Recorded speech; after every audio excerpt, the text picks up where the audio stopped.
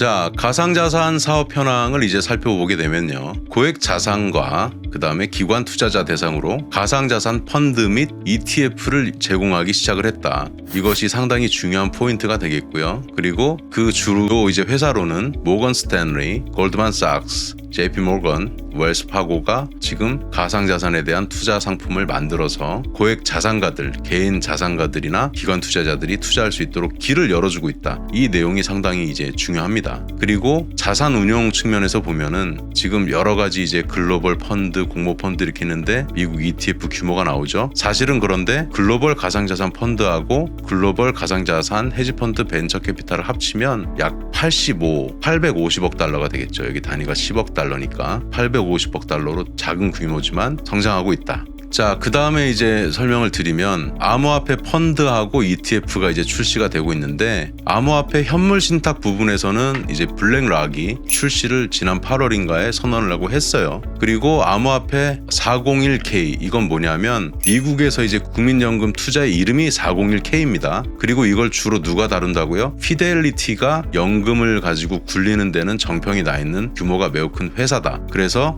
국민연금 투자가 암호화폐로 투자할 수 있는 길을 열어준 부분이 매우 중요한 포인트로구나 이렇게 이해하시면 되겠고요. 암호화폐 펀드 ETF 투자액이 85 빌리언 그러니까 즉 한화로 118조 원 규모 정도로 지금 조성이 되고 있다 이렇게 이해하시면 되겠습니다. 자, 그리고 여기서 살펴볼 점은 좀 한 가지인데 자, 모건 스탠리 같은 경우에는 고객 투자 기준이 있어요. 개인 같은 경우에는 200만 달러 이상 200만 달러면 순 투자 자산 기준으로 하나로 27억 원 정도 됩니다. 그래서 27억 원 정도를 내가 부동산이나 이런 거 제외하고 베팅을 할 수 있는 투자금을 갖고 있는 사람이 27억 정도 되면 사실 상당히 부자죠. 그래서 그런 분들 위주로 자금을 투자하게 한다는 것이 의미가 있다. 물론 투자가 작은 금액을 갖고 하시는 분도 의미가 있겠지만 이렇게 큰 개인들이 큰 손이라고 얘기할 수도 있고 슈퍼 개미라고 얘기할 수도 있는데 이런 개미 투자자들의 투자를 제한하고 있고 열어주고 있다. 이렇게 이해하시면 되겠습니다. 그 다음에 가상자산 사업 현황을 이제 살펴보게 되면요. 수탁이라는 거는 그 맡기는 서비스인데 이런 거죠. 그냥 내가 집에 갖고 있다가 이걸 뭐 USB에 담아놨는데 없어지거나 이럴 수도 있기 때문에 안전한 금융기관에 내 암호화폐를 맡기는 서비스. 그 대신에 문제가 생기면 너희들이 책임을 져줘라. 이런 서비스가 그래서 필요한 거죠. 소액을 갖고 있는 사람은 사실 필요가 없지만 뭐 암호화폐를 뭐 10억, 20억, 100억 뭐 이렇게 이상 갖고 있는 사람들은 그걸 안전하게 맡기는 것이 매우 중요한 이슈가 되거든요. 그래서 지금 수탁 규모가 223 빌리언 그러니까 한화로 310조 원 정도 규모가 되겠고요. 그 다음에 살펴볼 것은 트레이딩이나 이런 부분에 대해서 아직은 은행들이 조금 꺼려하는 면이 있어요. 그래서 조사 대상 178개 은행 중에서 암호화폐 노출, 여기서 노출이란 말은 이제 뭔가 거래를 하거나 비즈니스를 하고 있다 이런 의미의 이제 노출이니까 영어로 exposure가 되겠죠. 그래서 은행이 7곳 정도 있다. 아직은 그렇게 많지 않지만 이제 증가하지 않겠느냐 이런 의미로 받아들이면 될 것 같습니다. 그리고 이제 가상자산 사업 현황을 조금 더 살펴보게 되면요. 블랙락 같은 경우에는 기관 투자자 대상으로 위탁 매매 그리고 수탁 및 프라임 브로커리지 서비스 그래서 좀 고급화된 투자에 대한 중개 서비스를 제공하고 있다. 그리고 로빈훗 같은 경우에는 리테일 고객 수수료 무료 혜택을 주고 있다. 이게 무슨 말이냐면 좀 개인들이 투자하는 사람들에 대해서는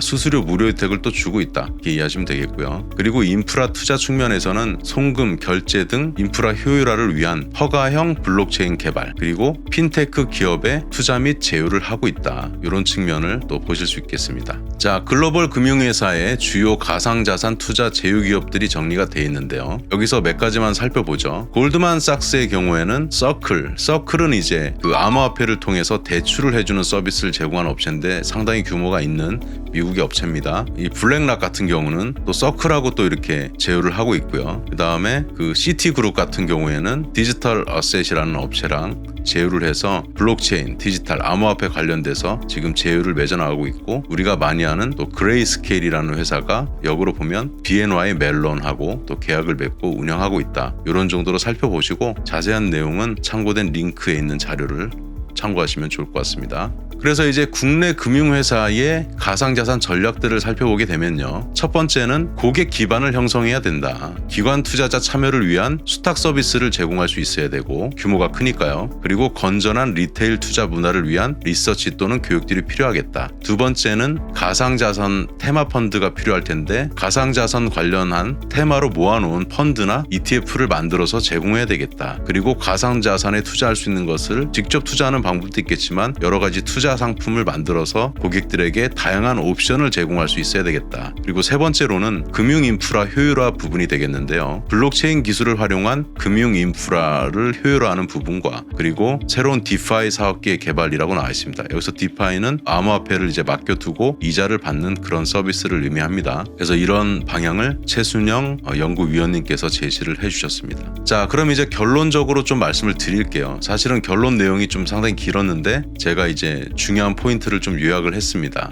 이 부분은 빠르게 좀 읽어드리도록 할게요. 최근 글로벌 금융회사는 과거 취해왔던 부정적 입장과는 달리 가상자산과 관련된 사업을 여러 방면에서 추진 중. 방향 전환에는 가상자산에 대한 일부 제도적 틀의 마련과 함께 주요 고객층의 수요 증가가 주요 요인으로 작용. 2022년 테라 루나 사태로 촉발된 가상자산 가격의 폭락, 일명 가상자산 겨울 크립토 윈터로 인해 글로벌 금융회사의 가상자산 사업 추진은 일정 수준 속도 조절이 예상되지만 가상자산 사업을 위해 많은 준비와 자본을 투입하여 첫 발을 들인 만큼 그 모멘텀은 유지될 것으로 전망. 2022년 8월 블랙락은 가상자산 현물 신탁을 출시하면서 최근 가상자산 가격 폭락에도 불구하고 기관 투자자의 수요는 여전히 견고하다는 설명을 한 점도 이를 뒷받침해준다. 자, 결론 두 번째입니다. 국내 회사도 가상자산 시장에 높은 관심을 보이고 있으며 여러 사업을 추진. 국내 4대 시중은행은 가상자산 전문 핀테크 기업과 합작 법인 또는 지분 투자 형태로 가상자산 수탁 서비스에 진출 중. 국내 증권사들도 가상자산 전문 핀테크 기업 등과의 제휴를 통해 가상자산 수탁 서비스를 준비 중. 다수 국내 금융사들은 가상자산 전담 부서를 신설하고 전문 인력을 충원, 블록체인, NFT, 메타버스 분야의 핀테크 기업에 대한 투자 및 제휴에도 적극적으로 나서는 중이다. 또한 가상자산 관련 제도적 기반 마련을 위한 논의가 진행 중이고 현재 금융당국과 관계부처가 TF를 구성해 법률 제정 방향을 검토하고 있으며 정부는 가상자산의 제도화를 위해 디지털 자산 기본법 제정을 추진하고 있음. 디지털 자산 기본법 제정은 국내 금융회사의 가상자산 사업이 본격화될 수 있는 발판을 마련해 줄 것으로 기대됨. 자, 여기까지가 제가 오늘 정리한 내용이 되겠고요. 자, 오늘 내용 간단히 정리를 해드리겠습니다.